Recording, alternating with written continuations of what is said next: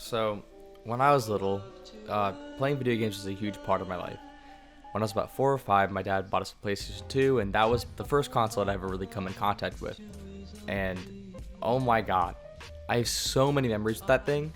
Probably the two games I remember the most is Spider-Man and Teenage Mutant Ninja Turtles 3.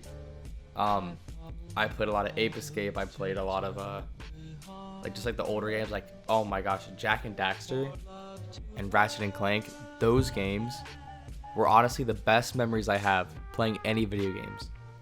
I couldn't control myself when I got there, like when I got it. It was just so fun and crazy being able to interact with a world that never existed. And so I took advantage of this where I just kept playing games. Like honestly, it was probably one of my favorite times of my life. I remember just thinking about how much enjoyment I got out of them and just wish I could take them wherever I wanted. But little did I know, about a year later, my mom would get me a Game Boy Advance. And that was my first Nintendo console. I had friends at school that would talk about their Game Boys and Game Cubes and Nintendo 64s. They would go play the new Mario game, or they'd go play Pokemon or something like that. And I had no idea what that was because I didn't have that. But now I did, and I could just share with people, like at the playground or something. Like we could trade games. Like I remember one time I traded a Mario game for someone's Pokemon Emerald, and I had so much fun playing that. I don't think I ever even gave it back, but I got my Mario game back because my mom would have killed me if I didn't give it back. Actually, so my mom had gotten me the Game Boy because she grew up playing all those classic NES titles like the Mario Bros, the original one, Legend of Zelda.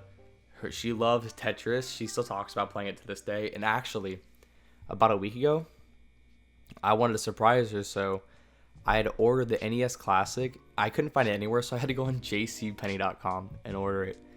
And it was like a huge surprise to her, and honestly, it made me super happy. So I thought that'd be really cool because she wanted one really badly, but they were sold out when they came out. But anyways, with the Game Boy, she'd got me Super Mario Bros. 3, which was her favorite Mario Bros. Game of all time. I think it's her favorite game of all time, nonetheless. And so her giving me that, I was on the Game Boy 24/7. I'd play, of course, Super Mario Brothers, Power Rangers, Pokemon. I still even have it today in a drawer somewhere, and will occasionally get on and play it every now and then. But enough about Nintendo. It's time to get to the big dogs. Every summer, or sometime during the winter, we would go to my cousin's house in North Carolina, and she would have her original Xbox there, and I got introduced to Halo. This game was so life-changing for me. I was in awe of the expansive world and the amazing graphics and the intriguing gameplay. It had me hooked. So whenever I'd go there, I would always look forward to going to their house and playing Halo 1 or 2, even though I sucked at it because I was like 6 years old maybe. And that just gave me the fondest memories I have of my two cousins when we'd all just play split screen and I would get demolished. Because now one of them's in college, one of them has like a whole life now. And I'm the youngest, obviously. But just being able to look back at that is just so nostalgic and amazing for me. And it was just probably, it's one of my top 5 game memories. But eventually with time, I got a PlayStation 3 around the time that it came out. And I brought it home. I was super excited because I was always a PlayStation kid. And I plugged it in, and I couldn't put in the games that I got. The disc tray was broken, and so I had to take it back to Target, and they were like, sorry, we don't have any PlayStation 3s left, but what we can give you, that voice crack was horrible, by the way, what we can give you is an Xbox 360, and I was like, oh my gosh, an Xbox, that's what my cousins have, I want it on the spot, and so I got it, took it home, they gave me Halo 1 and 2, because they had a little bundle thing with it.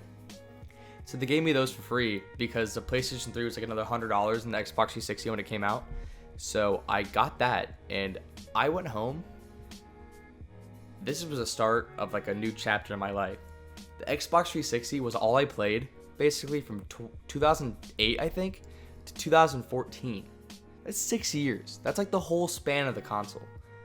And so then I had received Halo 3, Gears of War, I had bought Castle Crashers, and so many other amazing games, and it lasted me so long, and I still have that console, just like the Game Boy, to this day, and I can't go back and play on it just because it's so old, and it was like the original fat white Xbox 360. I never got the Red Ring of Death, which I felt really blessed for after going online a few years ago and seeing how bad it was. And then in 2014, I decided to upgrade to the Xbox One because I figured they're not going to be supporting this console anymore. And then I got it, and that was honestly the biggest mistake of my life. I mean, yeah, I had a bunch of friends on there, but the Xbox One was such a bad console. There were no good exclusives for it. 343 basically ruined Halo. And that was the one thing I had left on there. Yeah, now they have like Sea of Thieves, but that game's boring. They don't have any good exclusives. The only console with good exclusives is PlayStation. Not counting Nintendo, because they already go ahead and make all their own games. They are all their own first-party games. They don't really have third-party games, but with the Switch, they're getting more, which I think is really cool. Seeing how third-party developers are actually like supporting a Nintendo console for once, because with the Wii U, I don't even want to talk about that. So finally this year in 2018, I decided to take the next step into my gaming experience. In June for my birthday, I decided to treat myself to buying parts for a new computer. I had never built a computer before, and so really I just went on YouTube, found a tutorial, found a good build that was in my price range, and I did that. And I couldn't be happier. I mean, I have so much freedom on here, and just I can relive this experience I loved 10 years ago, 12 years ago, 13 years ago. I can relive all those experiences through emulators and games I can get on here.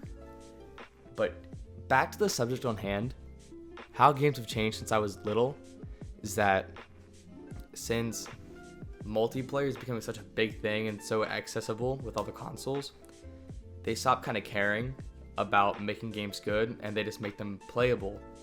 Especially AAA developers like Activision and EA, they just squeeze the consumers out to the point where they can't give any more money and then they just go away.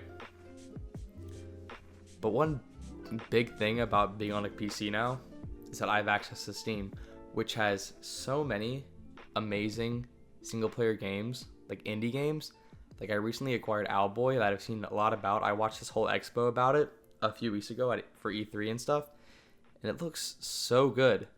It's just such an interesting concept, and you already see indie games blowing up. Like, for example, Undertale. I don't really want to talk about it, but that was a huge indie game that still has a cult following, and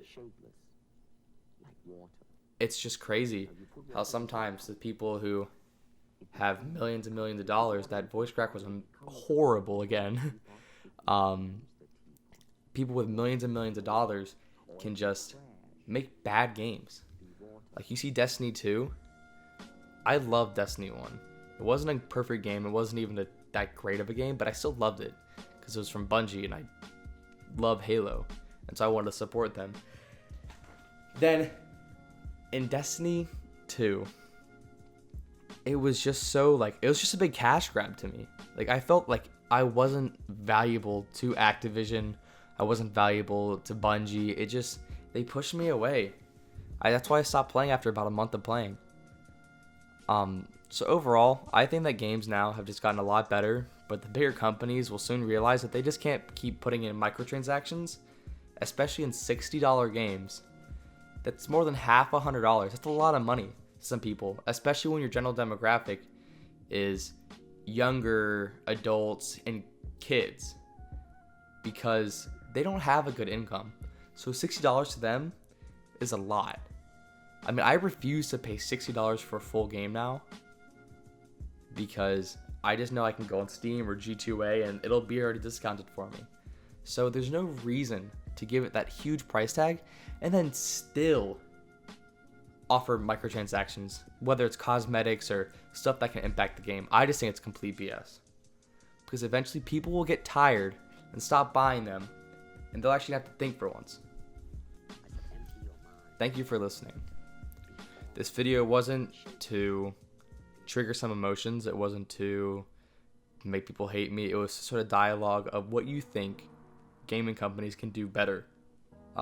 Personally, I think they shouldn't put in those microtransactions, but I want to hear more ideas, more things they could do to make us, the consumer, feel better about spending our hard-earned money on their products. Thank you for watching. I'll see you in the next video.